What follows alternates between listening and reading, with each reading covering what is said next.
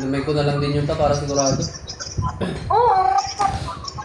Tapos ano ka na lang, yung, Aray ko. ano mo na lang yung ano mo, pop intake.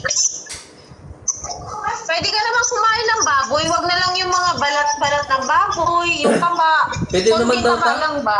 Basta i-burn mo lang exercise. Oo. Kasi dalawang klase kasi yung ano na yun ta. Yung sa gallbladder. Pero di malalaman hanggat di nakukuha. Jason, ano bang nararamdaman mo?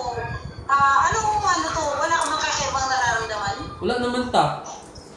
Wala man siyang sintomas. Yung mapait ang panlasa, mga ganyan, wala? Wala man ta. Wala man siya sintomas. Kasi parang ano daw siya, parang tawag dito.